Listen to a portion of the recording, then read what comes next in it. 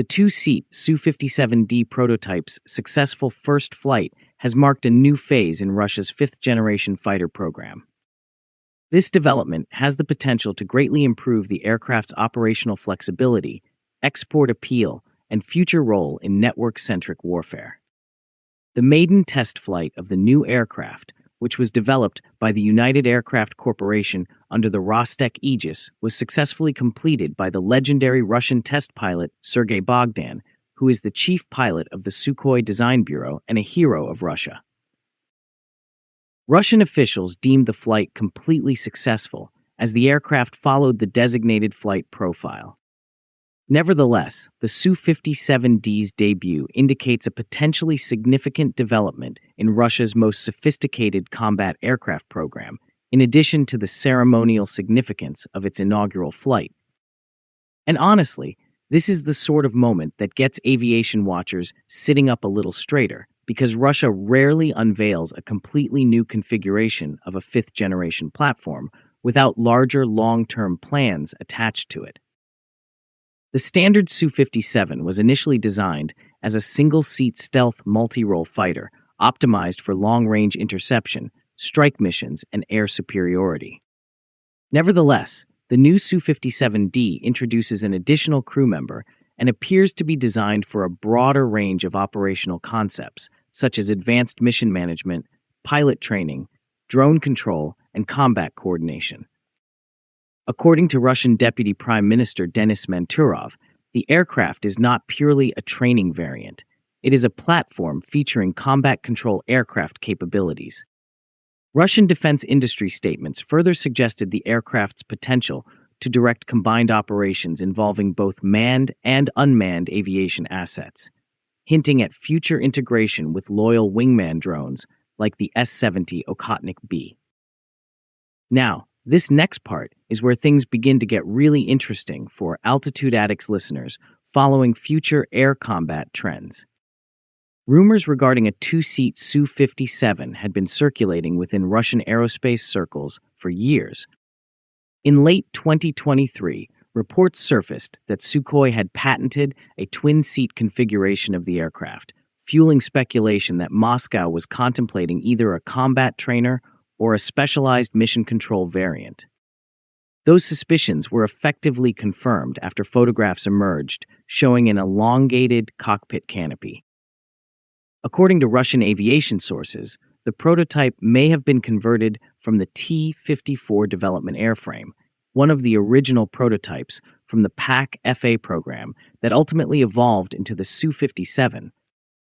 Reports indicate the aircraft conducted taxi and ground tests before its inaugural flight several days later. The designation itself remains somewhat ambiguous. Russian media and military commentators have referred to the aircraft as the Su-57D, Su-57UB, and even Su-57ED in some discussions. The D designation is generally assumed to indicate a two-seat derivative, although official clarification remains limited.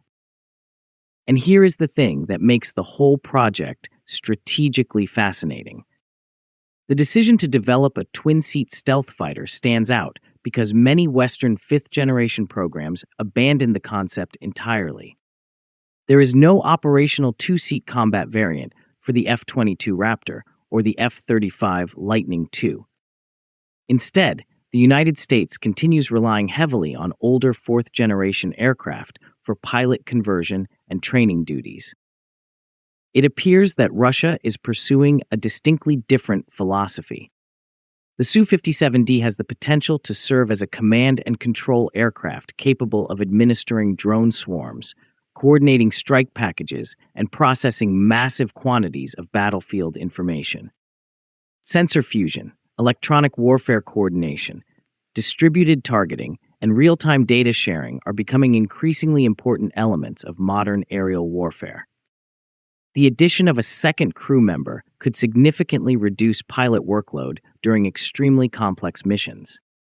That sounds simple on paper, but in actual combat situations, it can matter a lot. The Russian state corporation Rostec explicitly stated that the aircraft could coordinate combined groups of manned and unmanned aviation while establishing a unified information and command space. That statement strongly suggests the aircraft is being developed with future drone warfare doctrines in mind. In this respect, the Su-57D may effectively become a hybrid between a conventional stealth fighter and an airborne tactical command node. And this naturally leads into the expanding drone warfare dimension surrounding the program. One of the most intriguing aspects of the Su-57D is its potential relationship with Russia's growing unmanned combat aviation ecosystem. The Su-57 has long been associated with the S-70 Okhotnik heavy stealth drone, which has already conducted coordinated flights alongside the fighter during previous testing phases. Russian aerospace strategists have repeatedly emphasized manned-unmanned teaming as a central pillar of future combat aviation doctrine. The aircraft's ability to coordinate multiple unmanned systems during combat operations could be significantly enhanced by the addition of a second crew member. Rather than focusing exclusively on tactical maneuvering and flight operations, one operator could oversee drone reconnaissance, target designation, electronic warfare assets, or long-range missile engagements. Global air forces are increasingly shifting toward what is often described as system of systems warfare, where a fighter aircraft acts less like an isolated platform and more like the center of a larger combat network. If the Su-57D proves effective in this role, it could become one of the world's first operational stealth fighters specifically optimized for these types of missions. And yes, that is a pretty major statement, because most current fifth-generation aircraft were not originally designed around drone control concepts to this degree. Export ambitions are also becoming an increasingly important part of the conversation. Russian officials have openly associated the Su-57D with future international opportunities. According to Vadim Badeka, the chief executive of the United Aircraft Corporation, the twin-seat version could substantially improve the aircraft's performance in foreign markets. Much of the speculation currently centers around India. After years of uncertainty surrounding the earlier FGFA joint fighter project between Moscow and New Delhi, Indian interest in the Su-57 appears to have regained momentum. Russian sources have repeatedly suggested that India may be especially interested in the twin-seat configuration because it may better suit operational training requirements and long-range strike missions. India has historically favored multi-role flexibility and already operates several twin-seat combat aircraft variants across its fleet. A two-seat Su-57 optimized for command functions, strike coordination, and advanced mission control may align more closely with Indian Air Force operational concepts than an exclusively single-seat stealth interceptor. There has been no official procurement announcement regarding the Su-57D specifically. Still, Russian media increasingly portrays the aircraft as an export-oriented evolution of the broader Su-57 platform. This next part matters because it shows how Russia views the aircraft beyond just today's battlefield requirements. Russian officials continue describing the Su-57 as a highly versatile combat platform capable of engaging air, land, and maritime targets under all weather conditions and within heavily contested electronic warfare environments. The aircraft integrates long-range weapons, advanced avionics, supermaneuverability, and low observable technologies. Russian sources also emphasize its ability to function effectively against modern integrated air defense systems. The Su-57 program itself has undergone constant evolution since the aircraft's original inaugural flight under the PAC-FA designation back in 2010. Over the years, the fighter has experienced multiple rounds of modernization involving propulsion systems, sensors, avionics, and weapons integration. Recent reports indicate that updated production aircraft are already entering service in revised technical configurations, while future variants may eventually incorporate the next-generation Izdeliye 30 engine. The emergence of the Su-57D demonstrates that Russia does not view the aircraft as a static design. Instead, Moscow appears to see the Su-57 as a modular, long-term platform capable of evolving into several specialized variants over time. And honestly, this is where Altitude Addicts keeps paying close attention because long-term adaptability often determines whether a fighter platform stays relevant for decades or fades much earlier than expected. The unveiling of the Su-57D also carries broader symbolic significance. Russia's aerospace industry has spent years operating under intense Western sanctions, export restrictions, and technological isolation efforts. Publicly revealing a new fifth-generation fighter variant serves as a signal that advanced aerospace development programs are continuing despite those pressures. The announcement additionally reinforces Russia's intention to remain a major player in the global combat aircraft market at a time when fifth-generation fighters are becoming increasingly central to military modernization efforts worldwide.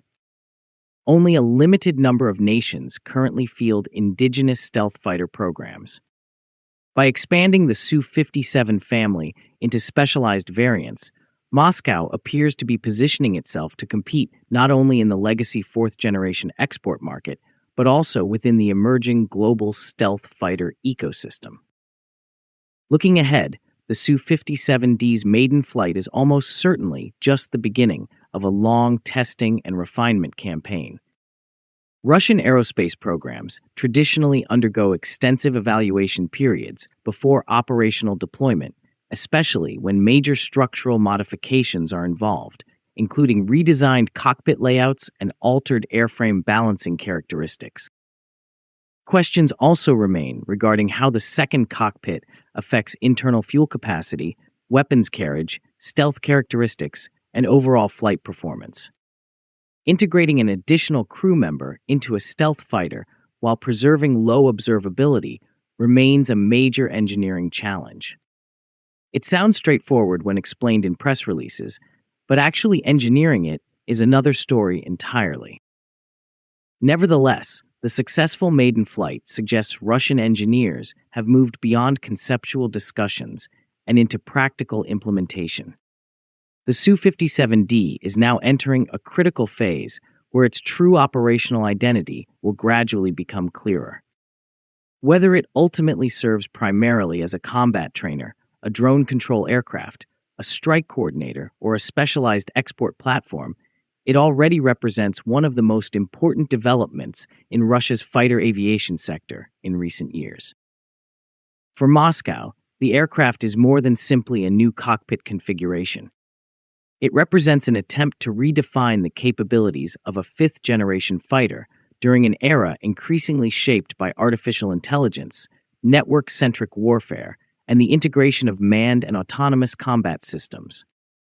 And for Altitude Addicts viewers, this is one of those aviation stories that may end up revealing far more about the future of air warfare than the aircraft alone. The flight lasted approximately 40 minutes, meticulously adhering to standard protocols for initial ascents in both takeoff and landing configurations, ensuring accuracy. Set our standard ones. Elements from the point of view of stability, of controllability, everything was completed in accordance with the task.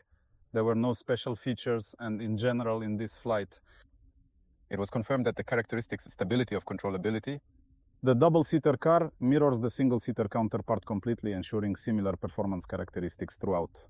theoretically speaking, distinctive features are not easily discernible under the given circumstances. Because What? really an airplane. Pretty much as it was. Combat single, right? He showed the same characteristics in all systems in general. They worked fine, there were no abnormal weather conditions. Was good. Allowed completely. Complete the task? I think that Specialists in controllability, sustainability, they'll appreciate it. all parameters, and we will move.